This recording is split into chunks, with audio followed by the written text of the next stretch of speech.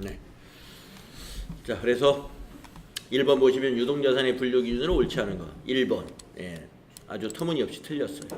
자, 2, 3, 4는 맞았는가 읽어보면은요. 단기 매매 목적으로 보유하는 자산, 단기 매매 목적으로 보유하고 있는 자산이 유동자산이다.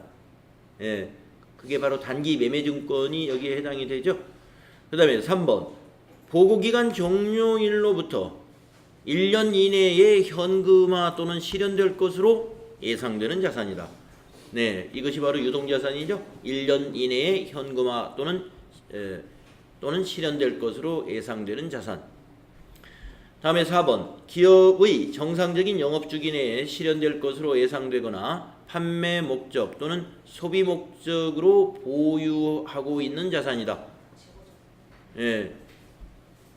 이거 맞죠? 예. 판매 목적 또는 소비 목적으로 보유하고 있는 자산들. 예. 정상적인 영업주기 내에 이것이 유동자산인 거죠. 자, 1번이 틀렸어요. 다음에 2번을 보겠습니다. 다음은 주식회사 한공의 2017년도 결산 후 건물 관련 자료이다. 2018년 2월 1일 건물을 580만 원으로 처분하였을 경우 유형자산 처분 손익은 얼마냐 이랬습니다. 자, 또 공식을 하나 또 써봅시다. 유형자산 처분 손익을 구하려면 어떻게 되느냐? 유형자산 처분 손익을 구하려면은 먼저 장부 금액을 알아야 되죠. 처분 금액을 알아야죠. 처분 금액에서 빼기 장부 금액이다라 이거죠. 처분 금액 빼기 장부 금액. 그러면 처분 금액이 얼마인가 한번 보겠습니다. 자, 문제에서 처분 금액을 알려주었을 거예요. 네, 건물을 580에 처분했습니다. 자, 그러면 이제 580은 알아냈습니다. 자, 장부 금액을 알아내야 되는데 그러면 장부 금액 공식을 한번 또 써볼까요? 장부 금액이란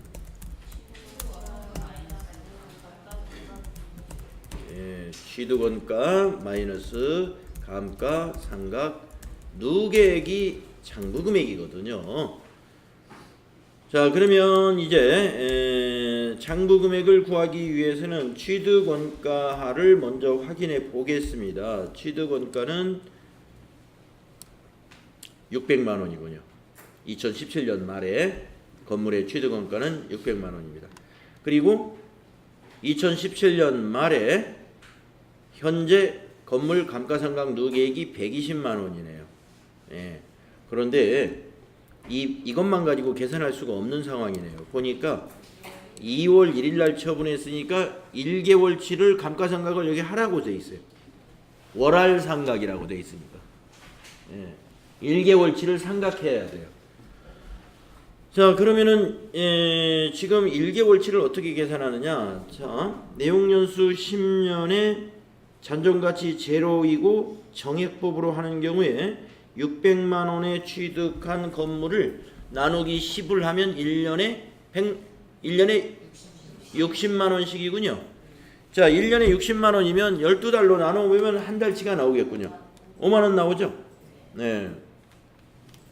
5만 원이더라. 그러면 자, 지난해 말까지 120만 원이니까 여기다 5만 원 더하면 감가상각 누계액, 처분 시 감가상각 누계액이 되겠습니다.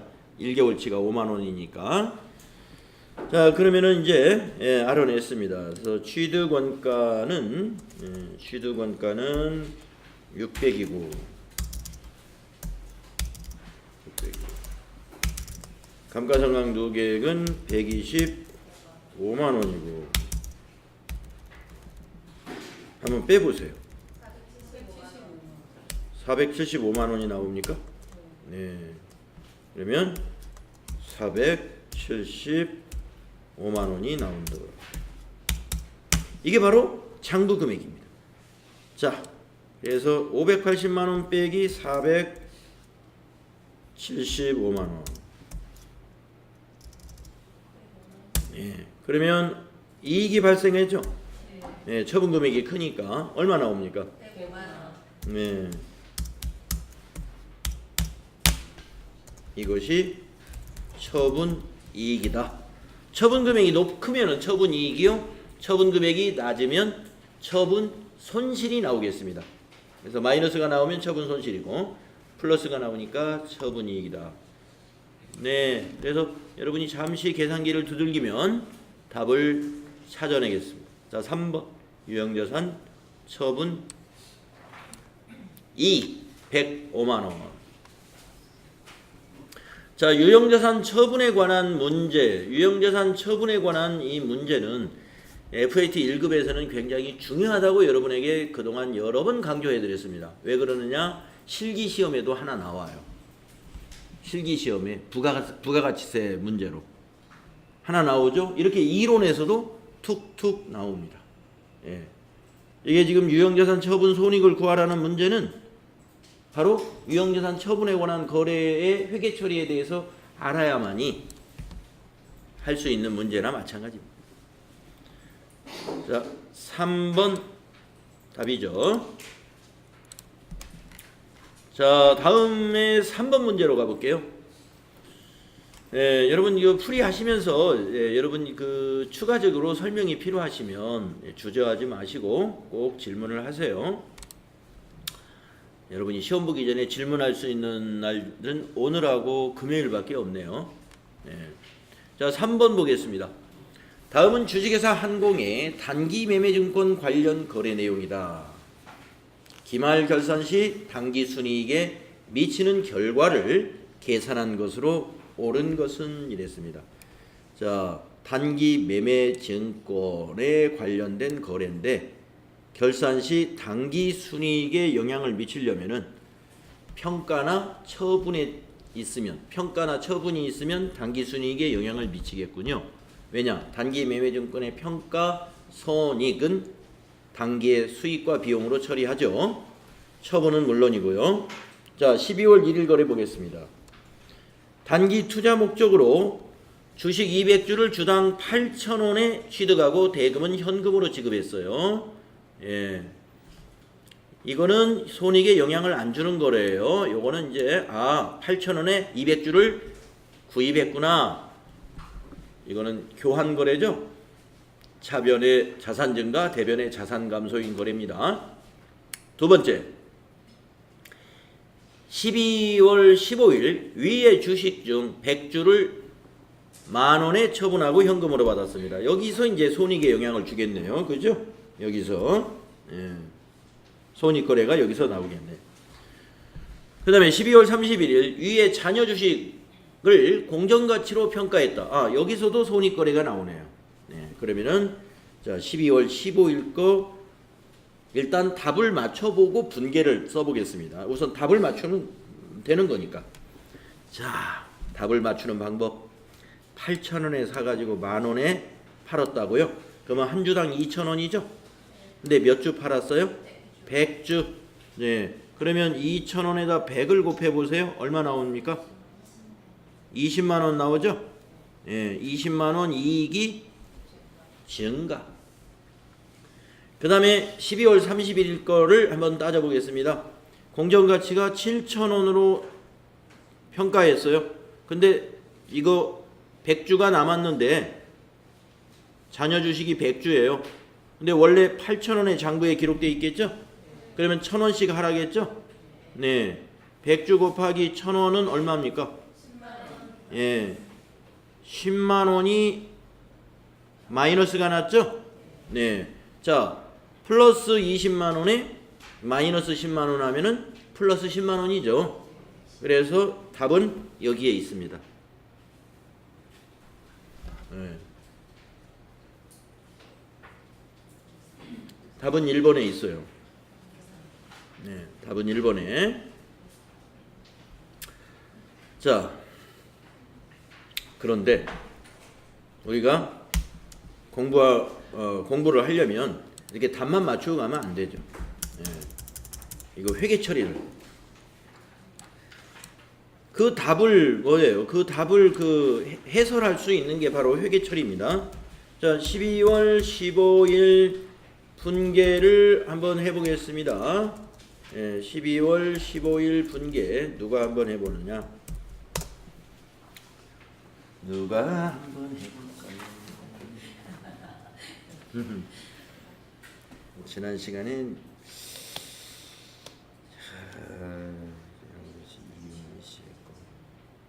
이윤미 씨까지 한 것 같은데 정은진 씨 어디 계시죠? 예, 제가 아주 정확히 알죠. 네, 분계 한번 해보시죠. 이거 12월 15일 거. 사변에 현금.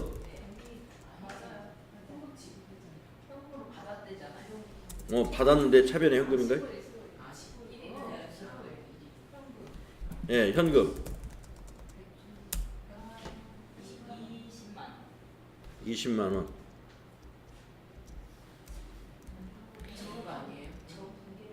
12월 15일 거 20만 원이 들어왔나요?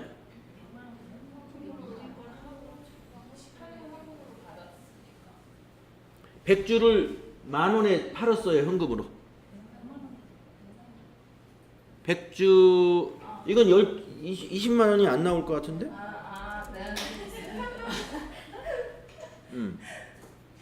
백주를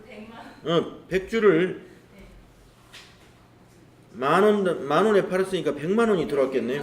예, 100만 원이죠. 네.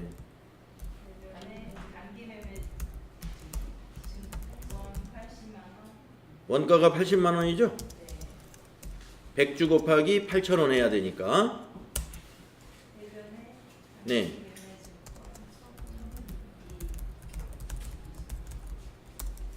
처분 이익 20만 원. 그렇죠. 이 회계 처리가 가능해야 이 문제를 완전히 아는 거예요.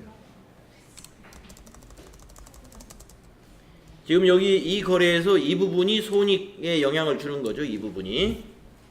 현금하고 단기매매증권은 당기순이익에 영향을 안 줍니다. 요것만 영향을 주는 거예요. 요것만. 그래서 대변의 이익이니까 그래서 아까 수익 발생 20만 원이다라고 12월 15일 거를 우리가 메모했던 거예요. 예. 회계처리 분계 정확하게 하셨어요. 자, 그러면 그 밑에 12월 31일 것도 한번 해보자. 이거. 12월 31일에 평가를 했죠. 이 분계는 어떻게 되겠느냐 하는 겁니다. 김혜령 씨가 한번 해볼까요? 김혜령 씨 빈자리네. 박미정 씨가 한번 해보죠. 네. 박미정 씨. 12월 31일 자녀 주식을 주당 7,000원의 공정가치로 평가했습니다.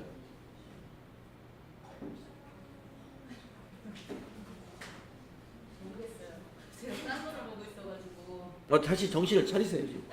정신이 안 차려져요.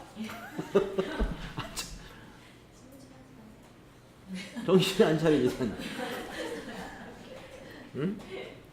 다시 해보세요. 자, 지금 이거예요, 이거. 지금 자녀 주식 100주. 예. 100주가 원래 장부가 8,000원인데 지금 7,000원으로 이 연말에 가격이 하락했다는 거예요. 평가할 때 그러면 어떻게 하겠느냐? 분계가 차변에 앞부분은 뭐 생략해요? 그렇지. 이 앞에가 단기 매매 증권 평가 손실이 100주 곱하기 1,000원이니까 10만 원이죠. 예. 대변이 뭘까요? 예. 단기 매매 증권 10만 원이죠. 이 회계 처리에 의해서 여기에서 손익에 영향을 주는 부분이 바로 이 부분이에요. 손실 발생. 손실이 차변에 오면 비용 발생이지 않습니까? 비용 발생이 그래서 아까 10만 원이라고 비용 발생 10만 원.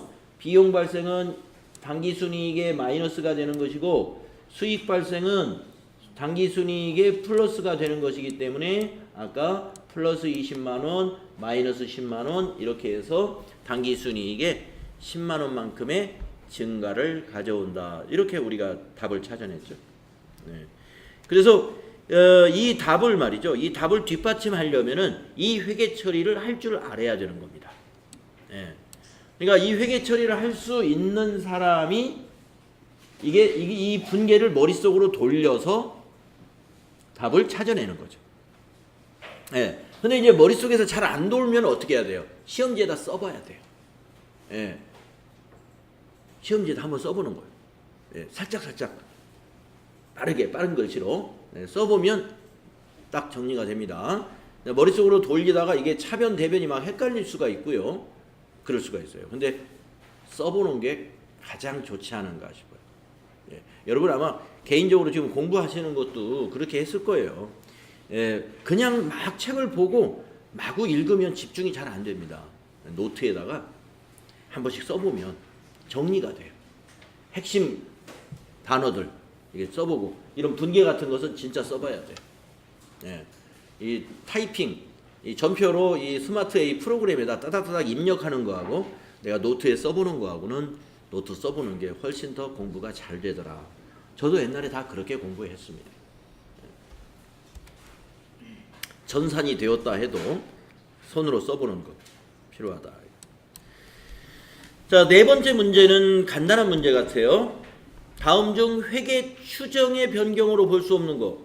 이거 간단한 게 아니네. 네. 이 회계 추정의 변경이다. 이런 거 우리 교재에서 안 나왔죠? 네. 이거 출제 범위를 좀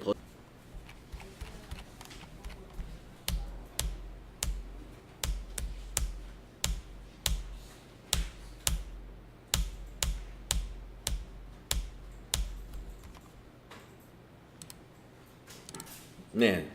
자, 나눠드린 자료를 좀 보시면은요. 자, 원래는 이 회계 변경에 관한 회계 처리는 전산 세무, 그러니까 TAT 2급과 TAT 1급 교재에 수록되어 있는 내용이거든요. 그런데 하여튼 FAT 1급에 지난 33회에 나왔기 때문에 앞으로도 이게 나올 확률이 있는 거예요. 자, 그래서 정리를 좀 해드리겠습니다. 자, 우리가 회계 변경이라는 건 원래 없는 게 가장 좋죠. 한번 정해진 것은 그대로 끝까지 가는 게 가장 좋은 것입니다. 그런데 법률이 바뀐다든가, 아니면 그동안 이렇게 쭉 우리가 회계 처리를 해왔는데 동종업계의 다른 회사를 보니까 다른 방법을 하고 있는데 따져보았더니 그런 동종업체의 다른 기업이 하고 있는 회계 처리가 더 유용한 회계 처리더라. 그러면 바꾸는 게 좋겠죠. 자, 그런데 그렇게 바꿀 수 있는데 이걸 이 회계를 변경하려면요 정당한 이유가 있어야 돼요. 그러니까 이유 없이는 변경할 수 없다 하는 거 여러분 알아두시고, 그 정당한 이유라는 건 지금 말씀드린 그런 겁니다. 첫째, 법률이 바뀌었을 때 이유가 돼요. 둘째, 동종업계에서 회계 처리 방식이 더 유용하다고 판단되는 그런 경우다. 자, 그러면은 지금 이 문제와 같이 주로 이 부분에서 기본적인 질문을 뭘 많이 하느냐면 회계 정책의 변경에 해당되는 것, 또 회계 추정의 변경에 해당되는 것, 이걸 묻는 질문이 가장 많아요. 그러면은 어디에 있느냐? 여기 사례에 있습니다. 자, 정책의 변경의 사례에는 여기 딱 밑줄 그어 놓으시는 거야. 재고자산 평가 방법의 변경. 이거 굉장히 중요한 변경이에요. 그 다음에 유가증권 취득단가 산정 방법의 변경. 네, 유가증권의 취득단가 산정 방법의 변경. 네, 이 유가증권 취득단가보다는 앞에 재고자산 평가 방법이 주로 시험에 많이 나올 겁니다. 지금 이번 33회에도 지금 이게 나왔어요. 재고자산 평가 방법. 자, 그러면 이 회계 정책의 변경에 또 하나의 중요한 것이 뭐냐면은 회계 처리를 하는데 소급하여 적용한다는 것이 이게 또 중요합니다. 회계를 소급하여 적용한다는 건 뭐냐면은 작년도 것도 고친다 이런 얘기예요. 소급이라는 게 뭐예요? 과거 것까지 적용한다는 거죠. 그래서 당기의 재고자산 평가 방법을 가령 그동안 총평균법으로 하다가 선입선출법으로 바꿨다고 보겠습니다. 그러면 전기 거도 그렇게 고쳐가지고 재무제표 고쳐야 돼요. 네. 자, 회계처리, 회계 정책의 변경은요, 그 변경된 내용을 소급하여 적용합니다. 내용을 보면 전기 또는 그 이전의 재무제표를 비교 목적으로 공시할 경우에는 소급 적용에 따른 수정사항을 반영하여 재작성한다 이런 얘기. 그래서 이제 우리가 손익계산서 재무상태표 보면은 전기, 단기 거 이렇게 비교해 놨잖아요. 예, 그게 기준이 같아야 돼. 그래서 회계 정책의 변경이 있을 때는 전기의 재무제표를 재작성한다. 소급 적용. 자, 그 다음에 그러니까 여기 정책의 변경의 핵심이 그거예요. 예, 정책의 변경의 핵심이. 그 다음에 밑에 보시면은 회계 추정의 변경이 있어요. 이 추정의 변경은 정책의 변경보다는 좀 가벼운 변경이라고 보시면 돼요. 예. 그 회계 추정을 읽어보면 일부 재무제표 항목은 기업 환경의 불확실성으로 인하여 그 인식과 측정을 추정에 의존하게 되는데, 우리가 추정이라는 것은 우리 회계에서 추정하는 것들이 뭐예요? 대손율. 이런 게 확실히 대손이 난다고 확정 지을 수는 없죠. 그런데 작년에도 우리가 외상매출금의 2%는 회수가 안 되더라. 그런 데이터가 있단 말이에요.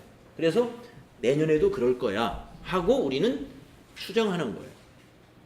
또 감가상각 같은 것도 내용연수, 가령 저 에어컨을 내용연수 5년을 잡았다고 보겠습니다. 정말 5년만 쓰고 저걸 버릴까요? 추정입니다. 추정. 예. 내용연수 같은 것도. 그래서 우리가 회계에 있는 추정의 대표적인 값이 감가상각의 내용연수 설정하는 거라든가, 또 대손상각할 때 대손율을 1%로 하자, 뭐 2%로 하자, 이게 정하는 거 있죠? 그게 확실한 게 아니에요. 그런 것들이 추정값이에요. 자, 그래서 한번 볼까요? 추정의 사례. 대손의 추정. 재고자산 진부와 여부에 대한 판단. 재고자산의 진부와 여부에 대한 판단과 평가라는 건 뭐냐면, 재고자산이 유행이 지나가 버렸다는 거예요. 그래가지고 가치가 떨어진 거를 우리가 저가법으로 평가를 하거든요. 거기에 대한 판단 기준을 우리가 회계의 추정으로 본다는 거죠. 또 우발 부채의 추정. 자, 우리가 여러분 부채에서 유동 부채하고 비유동 부채는 배웠는데 우발 부채라는 말 처음 나오죠. 우발 부채라는 건 뭐냐면요, 부채는 부채인데 이게 실현이 될지 안 될지 확실하지 않은 거예요. 그걸 우발부채라고 합니다. 기업에서 그런 부채가 그렇게 많지는 않은데 우리가 부채로 설정했지만 이게 안 갚아도 되는 부채가 있을 수 있어요. 그래서 이제 이렇게 예를 들어요. 가정에서 만약에 자녀가 있는데 자녀가 살림이 어려우니까 이제 아버지나 어머니가 돈을 보태줬어요. 너 이거 갚어. 너 지금 어려우니까 이거 내가 1,000,000원 이거 주는 거야. 너 갚아야 돼. 예, 알았습니다. 그럼 이제 그 자녀가 이걸 내가 빚이다라고 생각을 하고 있는 거, 그게 우발부채예요. 근데 이게 왜 우발부채라고 보냐면 이게 개인 간에 무슨 차용증을 쓰고 이런 게 아니잖아요. 내가 어머니, 아버지 형편이 괜찮으면 뭐 안 갚아도 되겠지. 그러나 부모가 계속 너 갚아야 돼? 땡기면 어떻게 해요? 줘야 되잖아요. 줄 수도 있고 안 줄 수도 있는. 그러니까 기업에도 부채가 그런 성격의 부채가 일부 있습니다. 부채는 맞는데 이게 잘하면 안 갚아도 되는 거예요. 그래서 그런 우발 부채 추정이라는 거, 이런 것들이 회계의 추정에 해당이 돼요. 그러니까 이게 명확하지 않아요. 우발 부채라는 게. 또 감가상각의 내용연수. 예. 그래서 여기서는요. 또 감가상각의 방법의 변경, 감가상각 관련된 것들 전부 추정의 변경이라는 거 여러분 기억하시고, 그 다음에 대손 추정 요 두 가지에다 밑줄 그어 놓으시면 됩니다. 추정의 변경은 대손율의 추정, 그 다음에 감가상각의 내용연수, 감가상각 방법의 변경, 잔존금액의 변경. 그러니까 잔존가액도 이거 추정이에요. 잔존가액이라는 게 내용연수 다 경과한 다음에 받을 수 있는, 처분하면 받을 수 있는 금액이라는데, 그 5년 후, 10년 후, 20년 후에 그 가격 받을 수 있다는 건 어디까지나 추정이지 확정적인 건 아니라는 거죠. 자, 그리고 중요한 게 또 뭐냐? 회계 처리를 하는데 전진적으로 처리한다는 거. 여기에 밑줄 그어. 아까 회계 정책의 변경에서는 소급 적용이죠. 그런데 추정의 변경은 전진적으로. 전진적이라는 건 뭐냐? 자, 효과를 당기와 당기 이후의 기간에 반영한다. 회계 변경의 속성상 그 효과를 회계 정책의 변경 효과와 회계 추정의 변경 효과로 구분하기 불가능한 경우에는 이거를 회계 추정의 변경으로 또 본다. 자, 이게 지금 두 가지 사항이 여기 있는데요. 소급하여 적용한다는 건 뭐냐면 전기 거 안 고칩니다. 단기에 영업의 수익이나 영업의 비용으로 그냥 처리해버려요. 예. 그걸로 인해서 손익이 달라지잖아요. 그러면 그냥 단기에서 고쳐요. 예. 단기에 영업의 수익이나 영업의 비용으로. 이것이 전진 처리 방법. 단기 이후로 그냥 고친다. 과거 거를 그냥 단기에 고친다 이겁니다. 자, 그런데 또 밑에 뭐냐면은 어떤 회계의 변경이 있는데 이거 정책으로 변경, 정책 변경으로 판단할지 추정의 변경으로 판단할지 판단이 모호한 것은 추정으로 본다. 그러니까 확실한 것만 정책의 변경으로 본다는 것이죠. 밑에 이 내용이 그겁니다. 회계 변경의 속성상 그 효과를 회계 정책의 변경 효과와 회계 추정의 변경 효과로 구분하기가 불가능할 경우에는 이거를 추정의 변경으로 본다. 이것도 좀 기억하시면 돼요. 예. 그래서 이거에 따른 회계 처리까지는 회계 오류에 대한 회계 처리까지는 아마 FAT 1급에서 나온 적이 없으니까 이론에서 이게 나올 수가 있겠습니다. 자,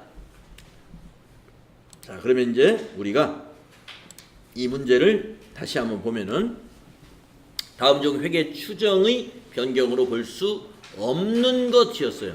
네, 아까 제가 있는 것인 줄 알고 처음에 답을 잘못 찍었었는데 회계 추정의 변경으로 볼 수 없는 것은 회계 정책의 변경을 말하는 거거든요. 그래서 자, 대손율의 추정 이거 회계 추정이죠. 감가상각 내용연수 회계 추정이죠. 그러나 재고자산의 평가 방법은 회계 정책의 변경에 해당이 된다. 재고자산의 평가 방법 회계 정책의 변경이다. 그 다음에 아까 재고자산 진부화에 대한 판단의 결정 이것도 추정의 변경이 있었죠. 네, 아주 새로운 스타일의 문제가 나왔습니다. 다음에 5번 문제 보겠습니다. 다음은 주식회사 한공의 2018년 3월 상품 재고장이다. 주식회사 한공이 재고자산의 평가 시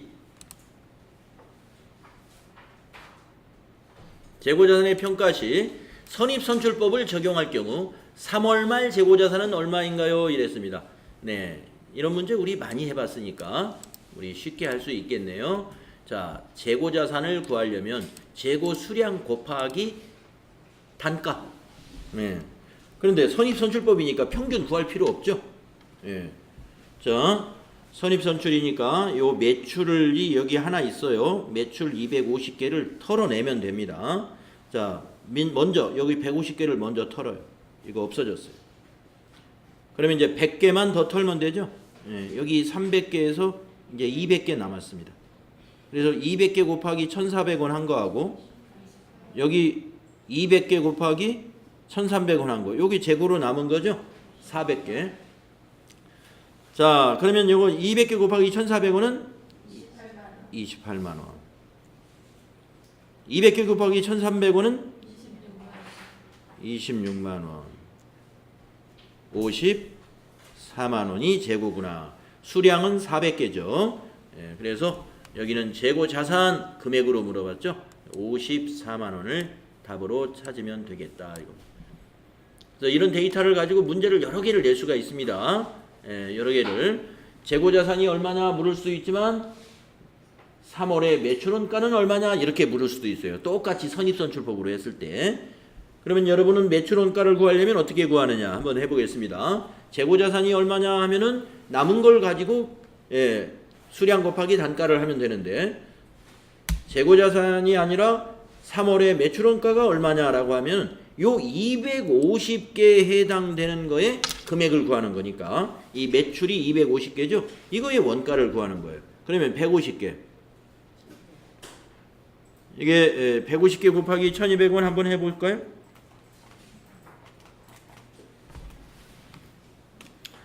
18만 원이 나오나요?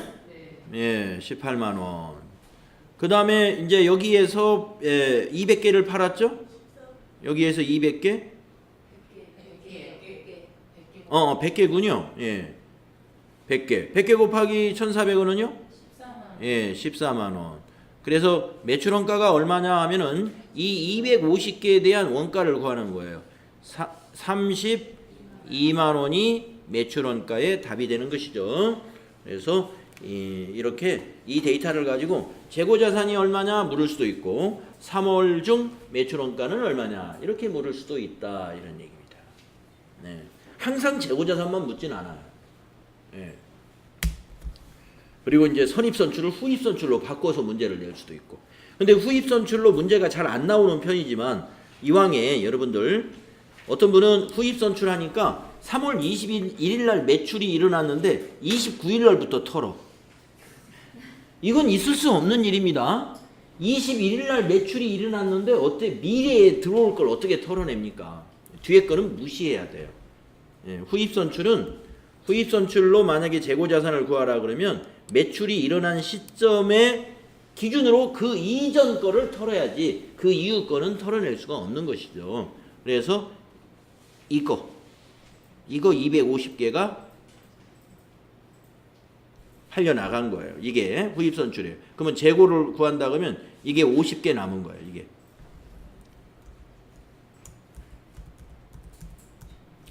여기서 250개 팔렸기 때문에 이게 50개 남아서 50개 곱하기 1,400원하고 여기 150개 다 남았으니까 150개 곱하기 1,200원하고 여기 200개 다 남았으니까 200개 곱하기 1,400원 이렇게 3개를 곱해가지고 다 더하면 그것이 후입선출의 재고 자산이 되는 거죠.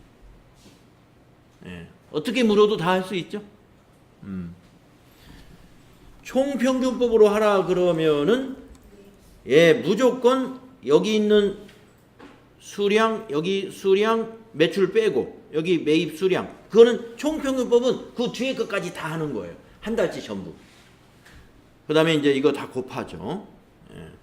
이거 다 곱해가지고 금액 구하고 이거 금액 구하고 이거 금액 구해서 금액의 합계 나온 거에서 요 수량의 합계 650개 이걸 나눠요. 이 금액에서 이 수량으로 나눕니다. 그럼 평균 단가가 나옵니다. 얼마가 나오면 이 평균 단가에다가 다 재고 자산을 구하라 그러면 재고 수량 650개에서 250개니까 400개. 이 단가 구해진 이 평균 단가에다 400개 곱하면 재고 자산.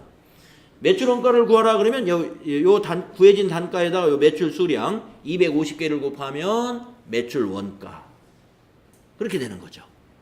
그래서 총평균법은 매출 빼고 기초 재고하고 매입만 수량 다 더하고 단가 곱해서 금액을 다 구해서 금액의 합계를 구해서 평균을 구해라 이거예요. 한 달 평균 단가를. 그 평균 단가를 이게 지금 평균 단가예요. 이걸 구해가지고 재고 수량에 곱하기 하면 재고 자산이요. 이 판매한 수량에 곱하기 하면은 매출한 수량에 곱하기 하면은 250에다 곱하면 매출 원가가 되는 것이다. 확실히 아셨죠? 그래서 이런 5번과 같은 스타일의 문제가 자주 나옵니다. 지금 보시면 자주 나오는데 선입선출로도 문제가 나오고 후입 선출로도 문제가 나오고 총평균법으로도 문제가 나오더라. 네. 그런데 묻는 것이 재고자산을 주로 물어보지만 언제나 재고자산을 묻는 게 아니고 매출원가를 물어볼 때도 있다. 이해하시죠? 자, 그러면은 이제 좀 진지하게 지금 됐는데 쉬는 시간이 돼가지고 그래도 쉬었다 해야 되겠습니다. 자, 6번 문제부터 같이 보도록 하겠습니다. 앞 시간에 이어서 33회 FAT 1급 이론 문제 풀이를 하고 있는데 4번 문제 때문에 좀 시간이 많이 지체됐었어요. 자, 6번 문제 보겠습니다. 다음 중 비유동 부채에 해당하는 것을 모두 고른 것은 이랬어요. 개정 과목 분류에 관한 문제는 꼭 한 문제 이렇게 나옵니다. 비유동 부채에 해당하는 것. 자, 유동성 장기 부채는 유동 부채입니다. 그죠? 부가세 애수금 들어가는 건 다 유동 부채입니다. 자, 이건 어떻습니까? 퇴직급여 충당 부채 비유동이죠. 사채. 사채는 비유동의 아주 대표적인 겁니다. 그래서 다라. 뭐 특별히 이건 해설이 필요 없어요. 여러분 유동부채, 비유동부채 개정 과목 잘 정리가 되어 있어야 되고. 다음에 7번째 문제. 등산용품 도매업을 영위하는 주식회사 한공의 가와 나의 내용에 해당하는 수익 항목과 비용 항목으로 옳은 것은 이랬습니다. 자, 등산용품을 도매업을 영위하는 도소매업이죠. 도매업 판매하는 곳이죠. 수익의 항목과 비용의 항목으로 옳은 것. 자, 가번 업무용 사무기기를 처분하여 발생한 처분이익이다 이랬습니다. 업무용 사무기기니까 비품을 처분해서 발생한 이익. 그러면 여기 매출액이 아니라는 얘기죠. 영업의 수익에 해당이 됩니다. 가번은. 그 다음에 나번은요. 사무실에서 사용할 유선 전화요금이 발생했어요. 사무실에서 사용한 전화요금 발생했다 이런 얘기죠. 통신비죠. 그러면 판매 관리비에 해당이 되죠. 통신비는. 그래서 답이 4번이 되겠네요. 통신비는 판매 관리비. 그리고 이 유형자산 처분이익은 영업의 수익이다. 이것도 역시 개정 과목 분류에 관한 문제가 나왔다. 이런 얘기죠. 6번도 유동부채, 비유동부채 개정 과목 분류에 관한 문제. 7번도 유형자산 처분이익은 영업의 수익이고 통신비는 판매관리비라고 하는 수익과 비용의 개정 과목 분류가 판매관리비인지 영업의 비용인지 또 영업의 수익인지 영업수익인 매출액인지 이런 거 구분할 줄 알아야 된다. 다 가능하시죠? 8번 문제 보겠습니다. 다음 자료를 토대로 주식회사 한공의 손익계산서상 재고자산 감모 손실을 계산하면 얼마입니까? 이랬습니다. 재고자산 감모 손실을 계산하라 그랬습니다. 자, 이 첫 번째. 장부상 재고자산은 10개고 그래서 6,000원 단가 적용해서 6만원입니다. 실제 재고자산은 9개이고 그래서 54,000원이랍니다. 재고자산의 순실현 가치가 49,000원인데 우리 감모 손실에서는 순실현 가치 일단 참고를 하겠습니다. 49,000원. 그러면 49,000원이라는 것은 이 9개에 대한 것이 49,000원인지 10개에 대한 것이 49,000원인지 우리가 판단해야 될 것 같고요. 자, 재고자산의 감모 손실은 원가성이 없다. 원가성이 없다는 건 매출원가가 아니고 영업의 비용이다 이런 얘기입니다. 비정상적인 것이다. 아무튼 비정상적인 것이니까 재고자산 감모 손실을 구하라는 거겠죠. 자, 한 개입니다. 한 개. 한 개. 자, 그런데 요 한 개를 6,000원을 적용해야 될지. 그러면 다른 단가가 뭐가 있느냐면은 순실현 가치가 49,000원이래요. 49,000원. 그러면 요 49,000원을 나누기 9개를 해봤더니 아이고 5,444원 이렇게 나오네요. 5,444원. 그렇죠? 소수가 나오죠? 49,000원 나누기 9개 하면은 네. 그래서 요 한계에 대한 것을 적용하기 때문에 요 순실현 가치는 요거는 재고자산의 평가 손실에 해당이 되는 것이죠. 네, 그래서 요 6,000원 적용하면 될 것 같아요. 6,000원. 그래서 답은 3번. 여러분 해수집에 3번으로 돼 있나요? 네. 그래서 재고자산의 감모 손실 요 한계에 대한 손실이 얼마냐 하는 것이죠. 그래서 그럼 평가 손실은 얼마냐고 물어보면 어떻게? 네, 평가 손실은 이 54,000원 마이너스 49,000원 하시면 됩니다. 네, 평가 손실은 순실현 가치하고 실제 재고 금액을 비교해서 계산을 하면 되죠.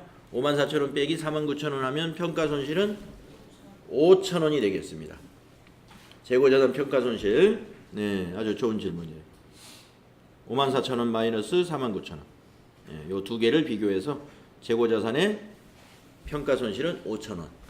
감모 손실은 6,000원. 이렇게 됩니다.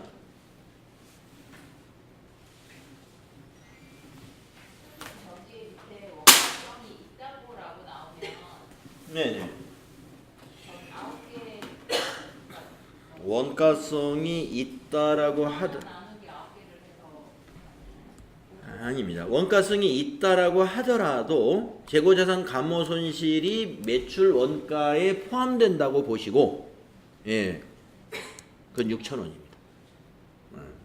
6,000원.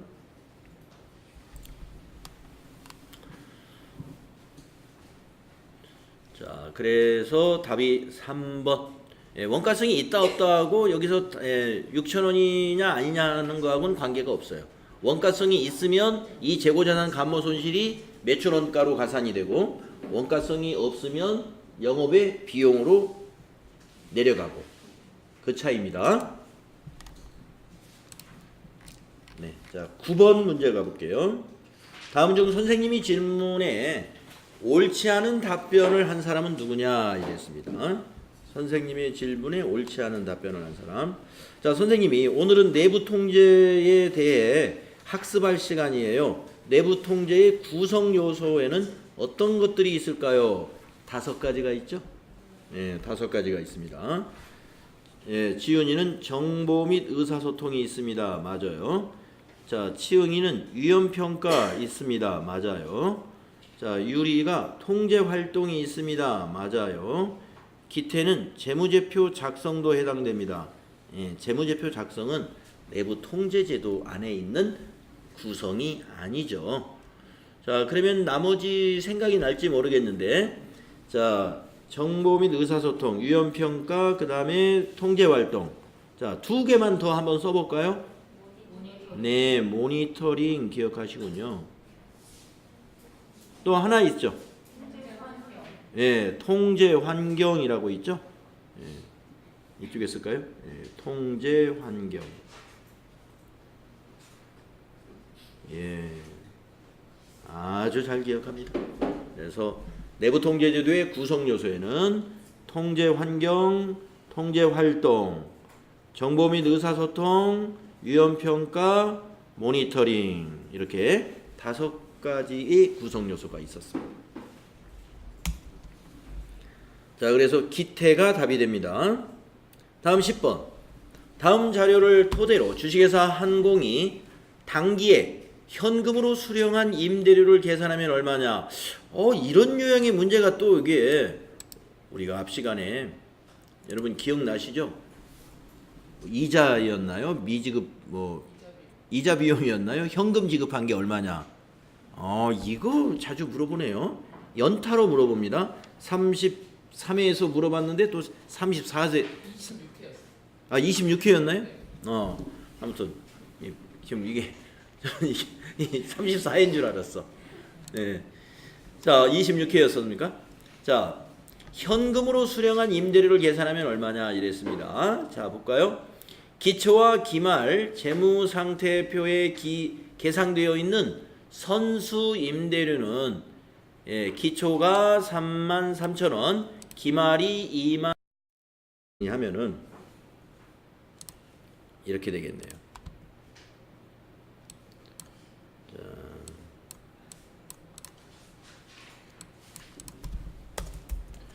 단기에 현금으로 수령한 임대료를 계산해 봅시다. 그러면 손익계산서상의 단기 임대료, 손익계산서에 있는 단기 임대료에다가 전기말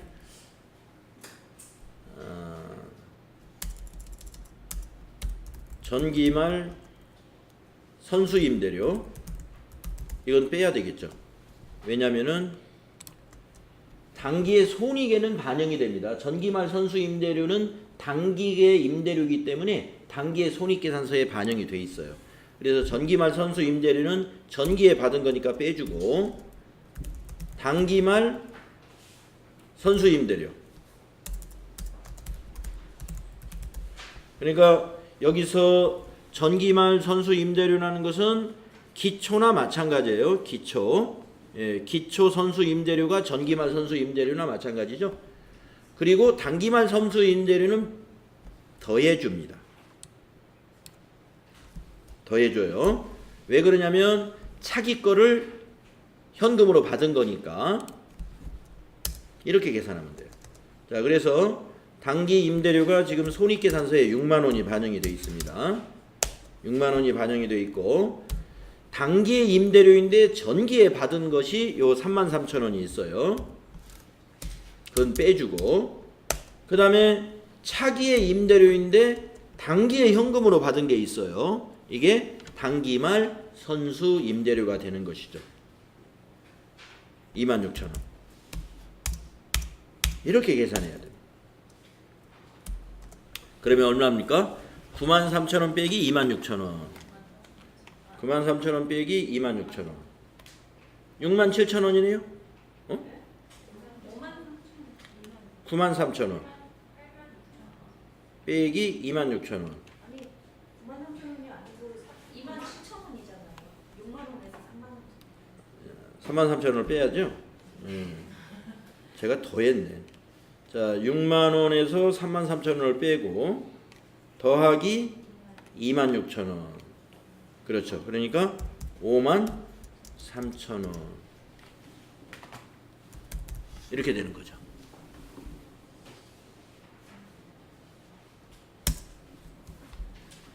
복잡합니까? 네, 복잡하네요. 네.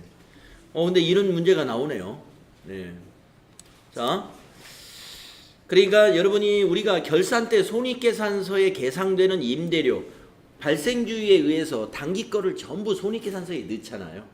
돈을 받았든 안 받았든.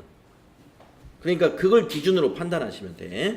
자, 6만 원이 손익계산서에 반영이 돼 있어요. 이건 단기에 받은 것도 있고 안 받은 것도 있을 수 있어요. 자, 그런데 이것에서 이제 알려준 게 기초 선수 임대료라는 걸 알려줬단 말이에요. 기초 선수 임대료라는 것은 전기에 단기 거를 받았다는 거예요. 33,000원을. 그러니까 여기 임대료에서 그래서 빼줘야 되는 거죠. 이거는 전기에 2018년도 전기에 받은 거니까 지금 현금으로 수령한 것만 따져보는 거란 말이에요. 그래서 이건 빼준다 이거죠. 그래서 빼주는 거고, 자, 기말의 선수 임대료는 왜 더하느냐? 왜 이걸 26,000원을 선수 임대료로 잡았을까요? 차기 건데 단기에 받았다는 거죠. 그러니까 이게 현금으로 받은 거죠. 그래서 이건 더해주는 거예요. 예. 그래서 현금으로 받은 임대료는 53,000원이고 손익계산서에 단기분만 반영한 것은 6만 원이 되는 것이다 이겁니다. 그래서 현금 수령액은 53,000원이다. 이거를 T 계정으로 이해하면 안 돼요? T 계정으로 아까 상품에 이렇게 기초 기말 매출원 걷듯이 음. 기초 기말 넣고 이렇게 하면은 이게 예. 틀리는 건가요? 자, 아니 할 수는 있을 것 같아요. 근데 T 계정으로 그림을 그리기 전에 분계를 한번 써보면 되죠. 분계를. 예. 분계를 써보면 돼. 분계를. 자,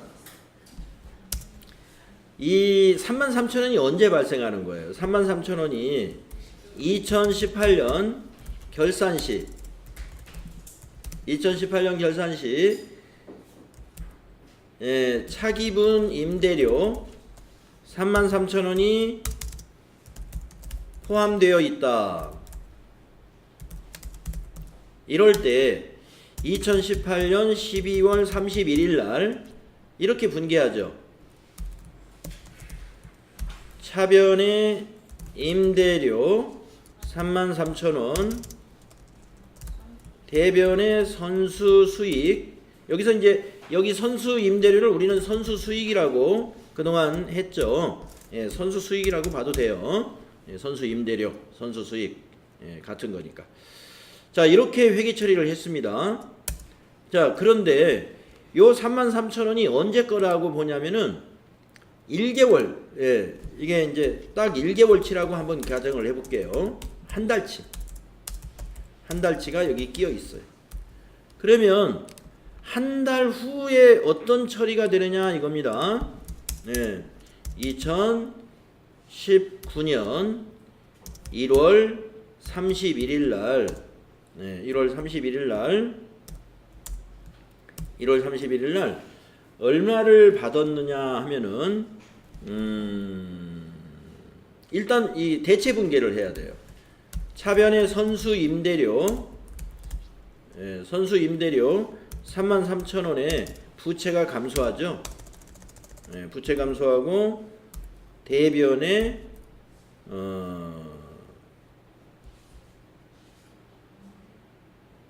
임대료 33,000원 이렇게 반영이 됩니다. 그러면 이게 지금 임대료 수익에 반영이 됐겠죠?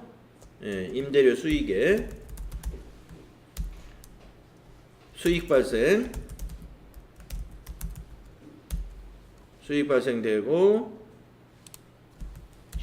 부채 감소가 되고요. 네. 자, 그러면 요걸 전기를 한번 해볼게요. 요 두 가지를 전기를 한번 해볼게요. 자, 그러면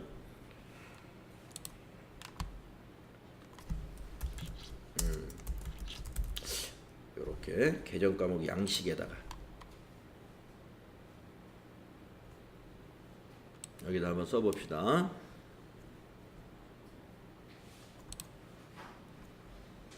선생님 그 33,000원은 없어져야 되는 거 아니에요? 임대료가? 기다려보세요. 1월 31일 분계가 좀 여기가 선수 수익,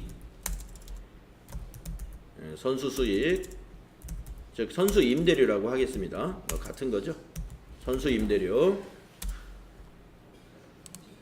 여기는 2019년도 임대료 비용 계정이죠. 아니 수익 계정이죠. 자, 그러면 선수 수익에 1월 1일 날 전기 2월 1월 1일 날 전기 2월에 날짜를 여기 써볼까요? 1월 1일 날 전기 2월에 얼마가 넘어왔어요? 이 분계에 의해서 선수 수익 33,000원이 넘어왔죠? 33,000원 넘어오고요.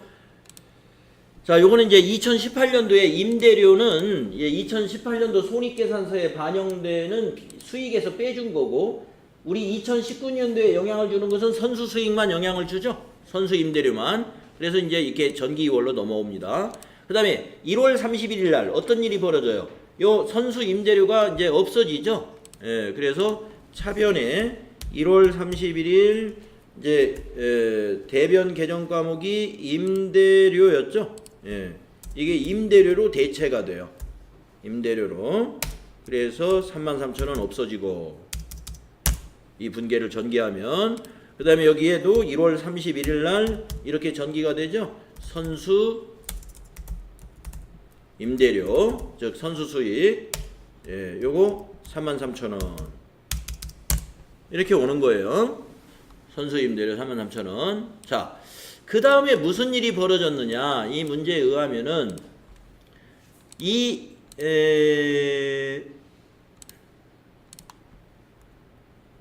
문제에서 기말에 26,000원의 선수 임대료가 있다는 겁니다. 기말에. 그리고 손익계산서에 계상되는 임대료는 6만 원이다라는 거죠. 그러면은 6만 원 플러스 26,000원, 86,000원의 임대료를 받은 거예요. 그쵸? 네. 자, 86,000원의 임대료를 2019년 네. 같은 날 받았다고 보겠습니다. 1월 31일 날. 예. 1월 이건 2월 1일로 하루 정도 좀 날짜를 다르게 할까요? 예, 2월 1일 날. 2월 1일 날 차변에 현금 전부 금액이 얼마냐면은 얼마였죠? 86,000원. 네, 현금 86,000원 받았어요. 대변에 이것이 임대료로 받은 거예요. 86,000원. 그래서 이제 요게 현금 자산 증가 대변에 임대료 수익 발생됐죠?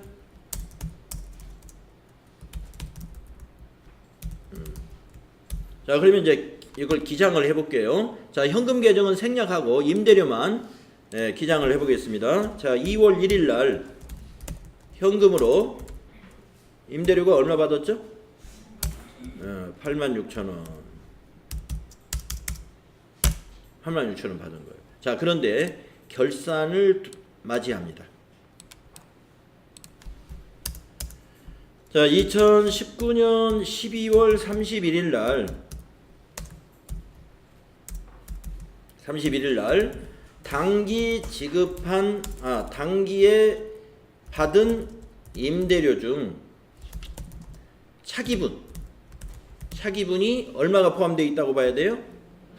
예, 26,000원이 포함되었다라는 분석에 의해서 이것을 결산 수정 분계를 하게 되는 거죠. 예, 그래서 차변의 임대료 당기께 아니니까 26,000원을 감소시키죠.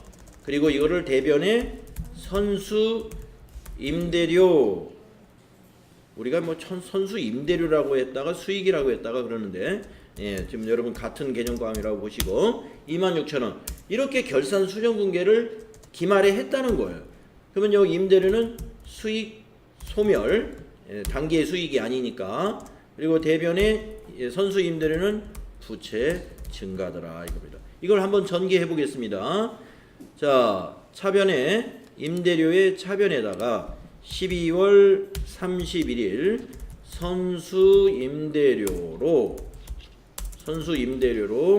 26,000원을 대체시켰다 이겁니다. 그리고 여기에 선수 임대료의 대변에는 12월 31일 다시 임대료에서 이와 같이 26,000원이 넘어오게 되고요. 26,000원이 넘어오게 되고 우리가 이제 결산을 통해서 이 금액만큼이 12월 31일 날 차기 2월로 이렇게 넘어가죠. 차기 2월로 26,000원 이렇게 해가지고 이게 재무상태표로 부채난에 가게 된다 이런 얘기죠. 그리고 임대료는 이제 이게 손익계정으로 가죠. 12월 31일 날 손익계정으로 손익차변으로 가죠. 손익계정 차변으로. 그래서 얼마가 가느냐? 대변의 합계가 33,000원 더하기 86,000원 여기에서 빼기 26,000원 하니까 93,000원이죠? 93,000원이 나오. 단기의 임대료는 6만 원이다 그랬는데 아까 문제에서 우리가 이 숫자가 다 맞았나요? 현금이 86,000원 들어왔는데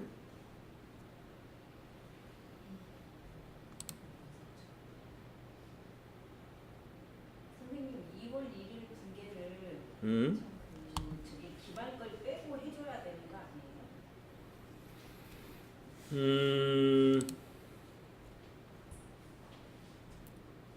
요 33,000원을 빼고 해야 되겠다.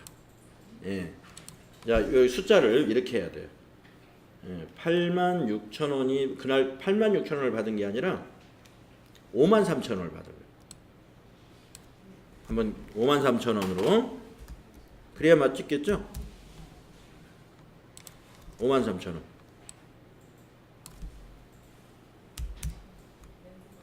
자, 53,000원으로 한번 바꿔볼게요. 자, 2월 1일 날 숫자를 53,000원으로 바꿔봅니다. 자, 2월 1일 분계 현금이 53,000원 들어온 거예요. 53,000원.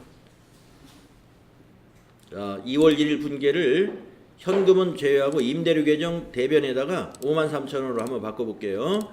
자, 그러면은 자, 53,000원 더하기 33,000원. 그러면 86,000원에서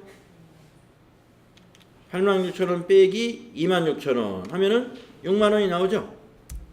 지금 이렇게 됐다는 거예요. 예. 지금 손익계산서에 임대료가 6만 원이 반영됐다 그랬죠. 그래서 이렇게 되었다는 겁니다. 네.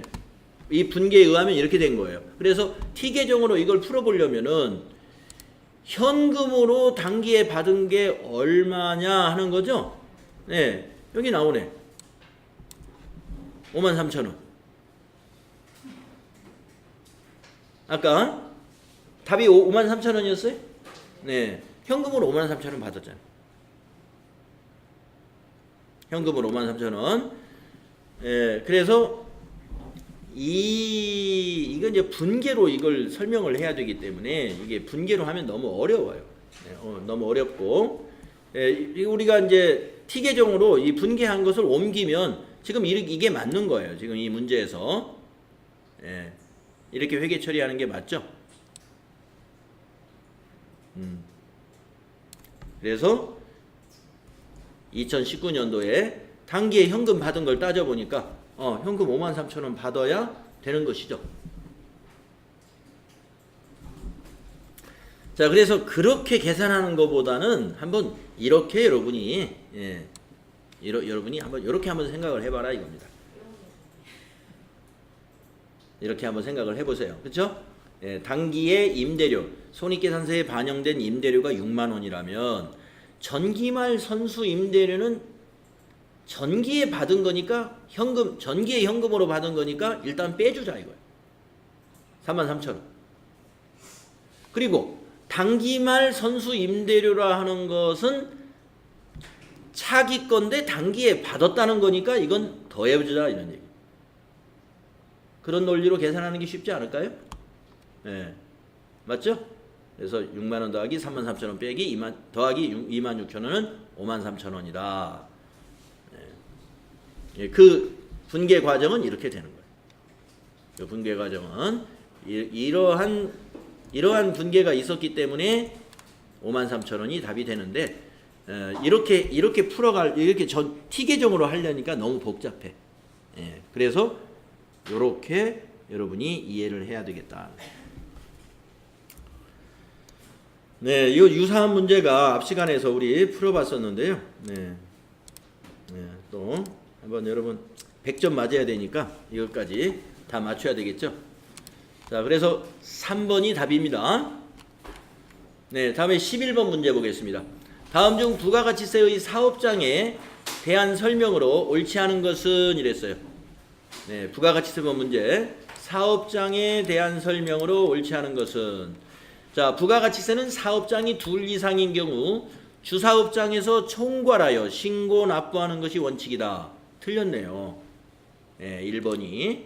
원칙은 총괄 납부, 신고 납부하는 것이 아니라 각 사업장별로 신고 납부하는 게 원칙이죠. 네, 그래서 답이 1번이다 이겁니다. 자, 2번, 3번, 4번 맞는가 보세요. 부동산 임대업의 경우 부동산 등기부상의 소재지가 사업장이다. 맞았죠?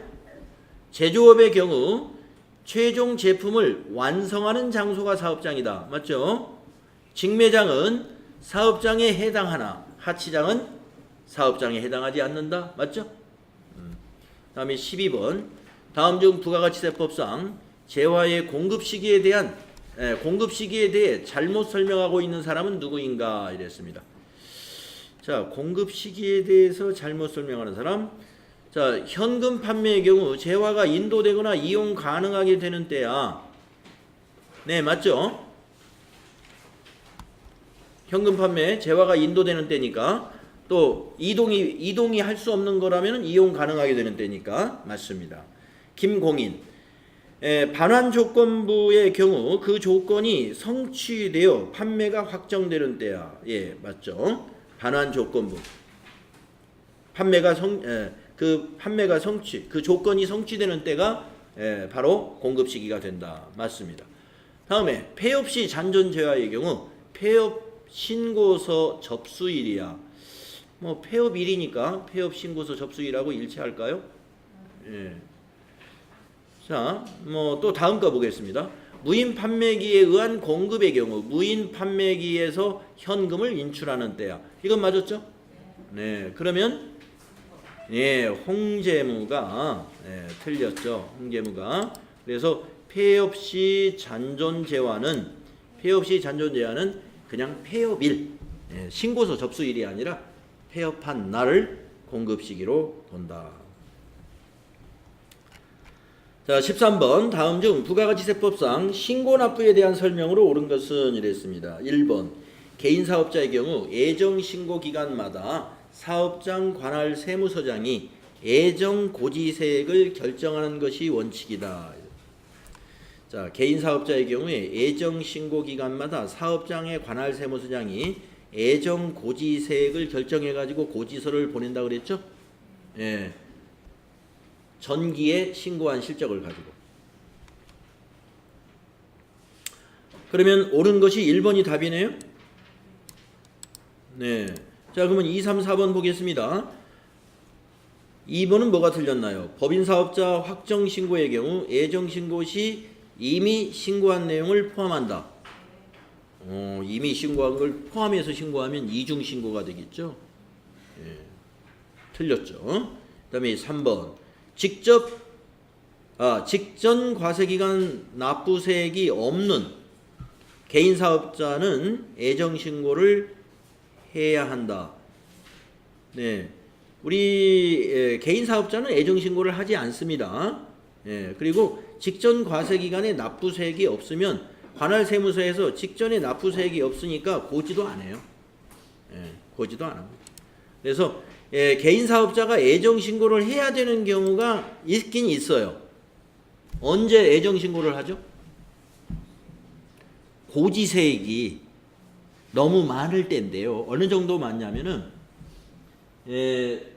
이번 과세기간에 개인사업자가 어떤 뭐 사업이 부진했다든가 아니면 뭐 휴업을 좀 했다든가 이래가지고 매출액이 전기의 3분의 1 이하일 때, 그럴 때는 뭐 어떻게 해야 되겠어요? 전기에 비해서 부가가치세가 3배 더 많이 나왔을 거 아닙니까? 그럴 때는 애정신고를 해서 실제 납부해야 될 세액만 납부를 하면 됩니다. 그래서 개인사업자는 애정신고를 할 수도 있다. 왜냐하면 고지세액이 너무 많으면 애정신고해서 실제 납부할 세액만 납부를 하도록 하고 있습니다. 3분의 1. 그 다음에 4번 간이과세자는 해당 과세기관의 공급 대가가 4,800만원 미만인 경우 납부 의무가 면제된다. 이 4,800만 원은요. 4,800만 원은 무슨 거냐면 이 직전 연도의 공급 대가가 4,800만 원 미만인 사업자를 간이과세자라고 그래요. 간이과세자라고 그러고 간이과세자가 납세 의무가 면제되는 그 공급 대가는 4,800원 아니고 2,000 얼마예요? 2,000 얼마? 3,000만 원? 올해 좀 인상이 됐습니다. 정확히 지금 금액을 정확히 모르겠는데 2018년도까지 2,500인가 뭐 그랬어요. 근데 올해 간이과세자의 납세 의무 면제도 조금 올랐습니다. 그래서 연간 공급 대가가 지금 아마 2,500에서 한 3,000 사이 이 정도 되는 간이과세자는 부가가치세를 아예 납부를 안 합니다. 4,800은 아니에요. 이거보다 좀 낮아요. 그래서 옳은 것은 1번이다. 다음에 14번. 다음은 신발 제조업을 영위하는 주식회사 한공의 자료이다. 부가가치세 신고 시 매출세액에서 공제받을 수 있는 매입세액은 얼마인가 이랬습니다. 자, 공제받을 수 있는 매입세액 구하라는 문제도 아주 많이 나오고 있죠. 단 세금계산서는 적법하게 수취하였고 매입세액을 공제받기 위한 절차를 모두 이행했다라고 했습니다. 자, 제품 운반용 전동 지게차, 지게차 구입 관련 매입세액은 공제받을 수 있죠. 두 번째, 토지의 자본적 지출 관련 매입세액은 토지 관련 매입세액은 공제받을 수 없어요. 토지 재화가 면세이기 때문에. 자, 거래처에 제공할 선물 구입 관련 매입세액은 접대비니까 공제 못 받죠. 자, 케이블 TV 회사 광고 관련 매입세액 받을 수 있죠? 네. 그래서